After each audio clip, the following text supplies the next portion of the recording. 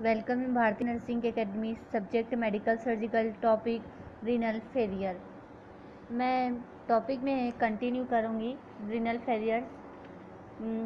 पिछले क्लास में मैं ली थी introductions of renal failures and types of renal failures, जिसमें 2 टाइप्स था, acute renal failures and chronic renal failures. फिर नेक्स्ट इटियोलॉजी था पढ़े थे, इन्फेक्शंस, एंड सेकंड इटियोलॉजी था ब्लड क्लॉट और the cholesterols depositions in the veins and arteries. And third था kidney stones. And fourth medications, हम बहुत सारे मेडिकेशंस यूज़ करते हैं जैसे कि नार्जेसिक हो गया। एंड फिफ्थ होता है एडवांस एज। एंड सिक्स होता है डायबिटीज़, जिसमें क्या होता है डायबिटीज़ होता है तो क्या करता है किडनी को डैमेज करने लगता है, जिसे हम क्या करते हैं नेफ्रोपैथी, किडनी क्या बोलते हैं नेफ्रोपैथी या डायबिटिक नेफ्रोपैथी। ठीक। नेक्स्ट एटियोलॉजी के बाद होता है पैथोफिजियोलॉजी पढ़े थे।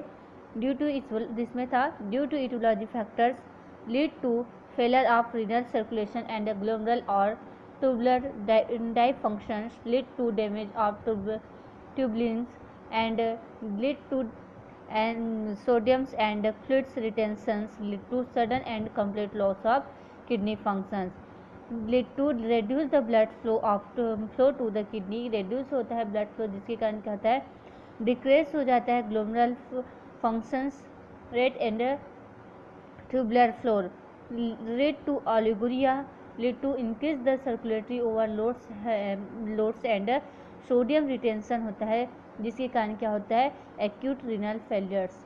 ये नेक्स्ट फिर हम एक्यूट रीनल फेलियर्स में कंटिन्यू पढ़े थे क्लिनिकल मैनिफेस्टेशंस।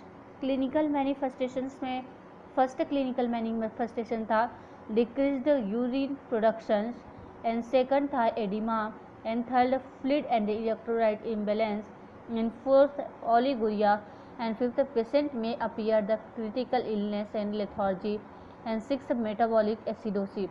फिर नेक्स्ट क्लिनिकल मैनिफेस्टेशन की बात देखे थे, डिस्कस किए थे अपन डायग्नोस्टिक इवोल्यूशन। तो डायग्नोस्टिक इवोल्यूशन में history taking, physical examination, blood test, urine test, ECG, imaging test and kidney biopsy. Then diagnostic evolution के बाद मैनेजमेंट पढ़े थे। मैनेजमेंट में अपन फर्स्ट देखे थे pharmacological management, then fluid and electrolyte therapy and nutritional therapy and dialysis. तो first अपन देखे थे फार्मेकोलॉजिकल थेरेपी। फार्मेकोलॉजिकल थेरेपी में अपन डायलिटिक्स एंड सेकंड है anti hypertensive drugs, and third calcium glucose insulin, and fourth होता है sodium bicarbonate, and fifth antibiotic, and six था एंटी कन्वर्जेंस ड्रग्स। देन हम नेक्स्ट कंटिन्यू करेंगे नर्सिंग मैनेजमेंट। नर्सिंग मैनेजमेंट में अपन सबसे पहले नर्सिंग मैनेजमेंट पे असेसमेंट करते हैं। तो असेसमेंट पे पहले क्या करेंगे पेशेंट के साइन एंड सिम्टम्स ऑब्जर्व करेंगे, देन फिर क्या करेंगे नेक्स्ट फिर क्या करेंगे वाइटल साइंस चेक करेंगे। फिर होता है इंटरवेंशंस। इंटरवेंशन में फर्स्ट इंटरवेंशन होता है measure and record the intake and output including the body fluids such as the wound, drinks and nasogastric output and diarrhea, weight the patient daily। ये था first nursing management. And second nursing management monitor ABG levels as the necessary to evaluate the acid base balance, watch for the symptoms of hyperkalemia and ECG changes। इसको क्या करना है अपने को observe करते रहना है। देन फिफ्थ नेक्स्ट था maintain the nutritional status, provide a high calorie, low protein, low sodium and low potassium diet with vitamin supplementary, provide the small and frequent meal to the anorexic patient। then next nursing management है follow the strict aseptic technique, aseptic while the caring for patient with renal failure because patient is highly suspected to infections। Then fifth था during dialysis monitor vital sign, clotting time, blood flow functions of the vascular assessment, seat and artery and vein pressures. Then sixth अपना nursing management है, provide the good mouth cares frequently because mucous membrane are dry, adjust fluid intake to avoid the volumes and overloads and dehydration. Seventh measures blood pressures at the various times during the day with patient in supine sitting and standing positions. ठीक है, बार बार क्या करते हैं, position को changes करते रहना है. ये था nursing management. Then next nursing management के बाद अपन पढ़े थे, ये था एक्यूट रीनल फेलियर्स का. अब हम स्टार्ट करेंगे, पढ़ेंगे क्रोनिक रीनल फेलियर्स.